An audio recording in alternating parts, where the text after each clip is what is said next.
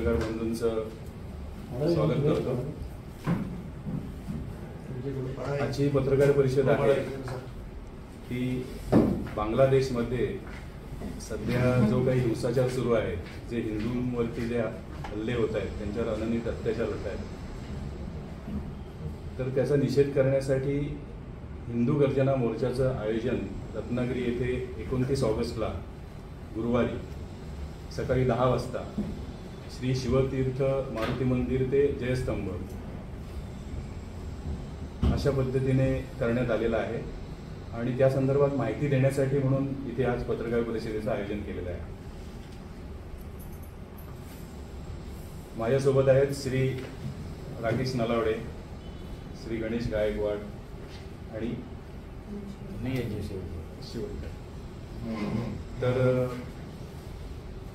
मुख्य म्हणजे कसं आहे, बांगलादेशमध्ये गेल्या 20 दिवसांपूर्वी जो हिंसाचार सुरू झाला, म्हणजे आरक्षणाचा मुद्दा होता आणि त्याच्यावरून तो हिंसाचार सुरू झाला, पण एकंदर तिथली परिस्थिती बघता असं म्हणता येईल की आरक्षण एक बहाना था, केवळ हिंदू निशाणा था, अशा पद्धतीने तिथे स्थिती आज निर्माण झालेली आहे। कारण गेल्या 20 दिवसांचं जर आपण बातम्या पाहिल्या, ज्या सोशल मीडियाच्या माध्यमातून, विविध TV प्रसार माध्यमातून ज्या बाहेर येत आहेत, त्याच्यावरून तिथली भीषणता लक्षात येते। म्हणजे हिंदूंच्या महिलांना टार्गेट करण्यात येत आहे, मुलींना टार्गेट करण्यात येत आहे, त्यांच्यावर अनन्वित अत्याचार करून बलात्कार करण्यात येत आहेत, हिंदूंना घरात कोंडून घरांना आग लावण्यात येते, घरं जाळण्यात येत आहेत। एवढंच नव्हे तर हिंदूंची दुकानं लुटण्यात येत आहेत, अनेक मंदिरं तोडण्यात आलेली आहेत। म्हणजे जवळपास जे बांगलादेशमधले 64 जिल्हे आहेत, त्यापैकी 52 जिल्ह्यांमध्ये अशा प्रकारे धर्मांधांचा उच्छाद त्यांनी मांडलेला आहे आणि केवळ हिंदूंना, हिंदूंच्या मंदिरांना, हिंदूंच्या महिलांना लक्ष याच्यामध्ये केलं जात आहे। आता बांगलादेशमध्ये काही मंदिरं अशी आहेत, त्या मंदिरांच्या माध्यमातून रोज मोफत जेवण, प्रसाद म्हणून जेवण दिलं जातं। म्हणजे इस्कॉनची मंदिर आहेत, म्हणजे ज्या मंदिरामध्ये आपण खातो त्याच मंदिराने तिथे त्यांनी टार्गेट केलेलं आहे, ती तोडफोड त्याची केलेली आहे। काली मातेची 4 मंदिरं त्यांनी तोडलेली आहेत। एवढंच नाही तर बौद्ध धर्मीयांची जी काही धार्मिक स्थळं आहेत त्यांना पण लक्ष करण्यात आलेलं आहे, त्यांची पण तोडफोड करण्यात आलेली आहे। हिंदूंचा जो पवित्र ग्रंथ आहे भगवद्गीता, तो पण तिथे जाळण्यात आलेला आहे। आणि याच्याही पुढे जाऊन अशी स्थिती निर्माण झालेली आहे की हिंदूंवरती जिजिया कर लादण्याचा प्रयत्न तिथे केला जातोय। म्हणजे तुम्हाला जर बांगलादेशमध्ये राहायचं असेल तर 5 लाख रुपये भरा, तर तुम्हाला इथे बांगलादेशमध्ये राहता येईल, अशा पद्धतीने तिथे फतवे जारी करण्यात येत आहेत, फतवे काढण्यात आलेले आहेत, हिंदूंच्या नोकऱ्या घालवण्यात येत आहेत। एवढंच नव्हे तर आपल्याला माहिती आहे की सोशल मीडियाच्या माध्यमातून जे व्हिडिओ समोर येत आहेत त्याच्यामध्ये काही प्राध्यापक असतील, म्हणजे काही जे उच्च पदस्थ अधिकारी असतील, त्यांच्याकडनं जबरदस्तीने राजीनामे लिहून घेण्यात येत आहेत। म्हणजे हिंदूंना तिथे नोकरी सोडण्यासाठी भाग पाडण्यात येत आहे। म्हणजे आज अशी स्थिती आहे, आपल्याला माहिती आहे की बांगलादेशच्या पंतप्रधान शेख हसीना यांना सुद्धा त्या परिस्थितीमुळे राजीनामा देऊन पलायन करावं लागलं, बांगलादेश सोडावा लागला। म्हणजे ज्या पंतप्रधानाला आपला देश सोडावा लागतो, त्या बांगलादेशमध्ये कशा पद्धतीने स्थिती विदारक झाली असेल याची कल्पना आपल्याला आली असेल। आता 2 ऑगस्ट ते 5 ऑगस्ट या कालावधीमध्ये फक्त याची जी हिंसक ज्या घटना होत आहेत त्याची तीव्रता किती आहे हे सांगण्याचा प्रयत्न इथे आहे। तर 2 ऑगस्ट ते 5 ऑगस्ट या 4 दिवसांमध्ये जवळपास 205 ठिकाणी हल्ले करण्यात आले आणि 650 हिंदूंच्या हत्या करण्यात आलेल्या आहेत केवळ 4 दिवसांमध्ये। म्हणजे भीषण वास्तव हे जगासमोर आलं पाहिजे आणि हे जे काही भयानकता आहे, हिंदूंचा जो नरसंहार चाललेला आहे, तो सार्वजनिक होणं, जगासमोर येणं हे अत्यंत गरजेचं बनलेलं आहे।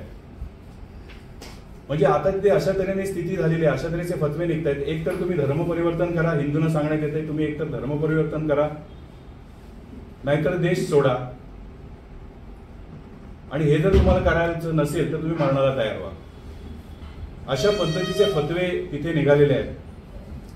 म्हणजे बांगलादेशची जर आपण लोकसंख्या बघितली तर 1971 साली जेव्हा बांगलादेशची निर्मिती झाली त्यावेळेला तिथे हिंदू होते जवळपास 27% हिंदू होते. म्हणजे संख्येच्या भाषेत बोलायचं झालं तर 7,56,00,000 हिंदू होते. आणि आता 2024ची स्थिती अशी आहे की 27%वरून हिंदू 9%पर्यंत घटलेले आहेत. म्हणजे आता त्यांची लोकसंख्या 2,52,00,000 एवढी झालेली आहे. म्हणजे गेल्या 53 वर्षांमध्ये 5 कोटी हिंदू घटलेले आहेत. म्हणजे 5 कोटी हिंदू गेले कुठे? एक तर त्यांचं धर्म परिवर्तन झालेलं आहे, त्यांनी त्यांनी पलायन तरी केलेलं आहे किंवा त्यांना मारलं गेलेलं आहे. याच्या उलट मुस्लिमांची लोकसंख्या 20,44,00,000 मुस्लिम त्यावेळेला होते. आता त्यांची लोकसंख्या किती झाली? 91% झालेली आहे. म्हणजे जवळपास आता त्यांची लोकसंख्या 25,55,00,000 झालेली आहे. म्हणजे गेल्या 53 वर्षांमध्ये त्यांची लोकसंख्या मात्र मुस्लिमांची 5 कोटीने वाढले. म्हणजे इथे कसा फरक आहे बघा लोकसंख्येचा. 5 कोटीने हिंदू कमी झालेत आणि 5 कोटीने मुस्लिम मात्र तिथे वाढलेत. मग एवढे हिंदूंचं झालं काय? एवढं त्यांचा नरसंहार झालाय की काय? याचा शोध घेणं हे अत्यंत गरजेचं बनलेलं आहे. म्हणजे आज जर एकंदर जगाचा इतिहास पाहिला किंवा हिंदूंचा इतिहास जर बघितला तर हिंदूंसारखा नरसंहार कोणाचाच झालेला नाही. म्हणजे गेल्या 1300 वर्षांमध्ये अल्लाउद्दीन खिलजी असेल, गझनी असेल, बाबर असेल, औरंगजेब असेल, यासारख्या आक्रमकांनी आपल्या हिंदूंचा नरसंहार केलेला आहे. कोट्यवधी हिंदूंचं मारलं गेलेलं आहे. ज्यावेळेला पाकिस्तानची निर्मिती झाली त्यावेळेला जवळपास 10 लाखाहून अधिक हिंदूंना मारण्यात आलेलं आहे. जेव्हा बांगलादेशची निर्मिती झाली तेव्हा 20 लाख हिंदूंना मारण्यात आलेलं आहे. आणि आपल्याला माहिती आहे हा बाहेरच्या देशांमधला आपण आकडेवारी बघतोय, पण काश्मीरमध्ये आपल्या देशामध्ये काय झालं? काश्मीरमध्ये 1990 सालामध्ये 1 लाख हिंदूंना मारलं गेलं हा सर्वत्र आपल्याला दिसतोय. म्हणजे आज बांगलादेशची अशी स्थिती आहे की जवळपास दरवर्षी 2,30,000 एवढे हिंदू तिथून गायब होत आहेत. म्हणजे जर प्रत्येक दिवसाचा जर हिशोब बघितला तर प्रतिदिन जवळपास 632 हिंदू हे गायब होत आहेत.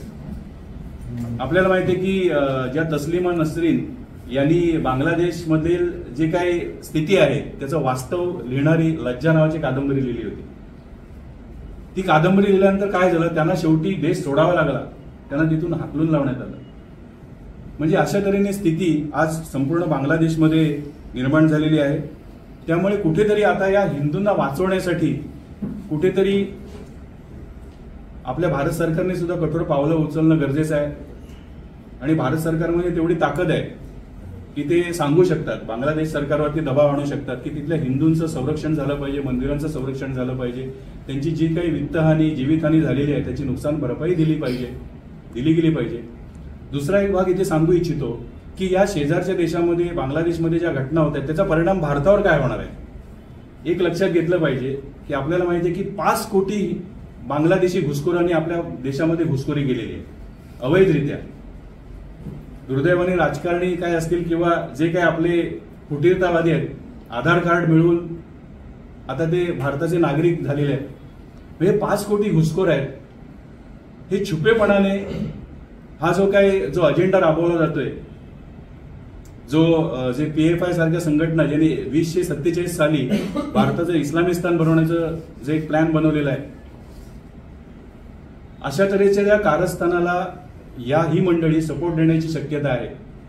आणि बांगलादेशमध्ये अशा प्रकारे हिंदूंचा जो नरसंहार होतोय त्यामुळे जे अतिरेकी कारवाया इथे केल्या जात आहेत त्या अतिरेक्यांचं मनोबल वाढण्याची आणि भारतामध्ये अशा तऱ्हेने जे छुप्या पद्धतीने जे हा अजेंडा राबवत आहेत, जिहादी अजेंडा राबवत आहेत, ते पण त्यांना साथ देण्याची शक्यता निर्माण झालेली आहे. त्यामुळे भारतामध्ये सुद्धा अशा प्रकारची विदारक स्थिती किंवा एक अशा प्रकारचा प्रसंग जसा बांगलादेशमध्ये निर्माण झाला तसा भारतामध्ये पण निर्माण होऊ शकतो. त्यामुळे पोलीस यंत्रणांनी, प्रशासनाने हे सतर्क राहिलं पाहिजे. आणि आपल्या ज्या काही भारताच्या ज्या काही सुरक्षा सीमा आहेत, ज्या सीमारेषेवरती सुद्धा चांगल्या पद्धतीने हे सैन्य तैनात केलं पाहिजे आणि घुसखोरी होणार नाही याची खबरदारी निश्चितपणे घेतली पाहिजे. तर एकंदरच शेवटी कसं आहे की मुस्लिम असतील किंवा ख्रिश्चन असतील किंवा ज्यू असतील ते त्यांचं धर्मबंधुत्व जपत असतात. म्हणजे जगभरामध्ये त्यांच्यावरती कुठे अन्याय झाला तरी ते सगळे एकत्र येतात, त्याच्या विरोधात आवाज उठवतात. मग आम्ही हिंदू, जर आमचे हिंदू बांधव जर बांगलादेशमध्ये संकटात आहेत, जर पाकिस्तानमध्ये संकटात आहेत, जगभरामध्ये संकटात आहेत, तर त्यांच्या विरुद्ध आवाज उठवण्याचा आम्हाला अधिकार नाही का? आज हिंदूंचा जो नरसंहार होते त्याच्याबद्दल मानवाधिकारवाले काहीच बोलत नाहीयेत. भारतातले असतील किंवा जागतिक स्तरावरचे असतील, एरवी ते गळे काढत असतात, मात्र हिंदूंच्या बाबतीत बोलायला कोणीच तयार होत नाहीये. तर याच्यासाठी हा जो काही नरसंहार जो बांगलादेशमध्ये चाललेला आहे आणि त्याचे पडसाद भारतामध्ये उमटू नयेत आणि भारताच्या राष्ट्रीय सुरक्षेला धोका निर्माण होऊ नये किंवा भारतामध्ये राहणाऱ्या हिंदूंना धोका निर्माण होऊ नये यासाठी आम्ही हा निषेध मोर्चाचं आयोजन हे केलेलं आहे. आणि म्हणून आपण सर्वांना विनंती आहे की हा जो 29 ऑगस्टचा जो मोर्चा निघणार आहे शिवतीर्थ मारुती मंदिर येथून जयस्तंभापर्यंत 29 ऑगस्टला 10 वाजता, तर या मोर्चामध्ये जास्तीत जास्त संख्येने हिंदू बंधू भगिनींनी उपस्थित राहावं अशी या पत्रकार परिषदेच्या निमित्ताने मी आवाहन करतोय. आणि नमस्कार. याचा पुढचा विषय आमचे बंधू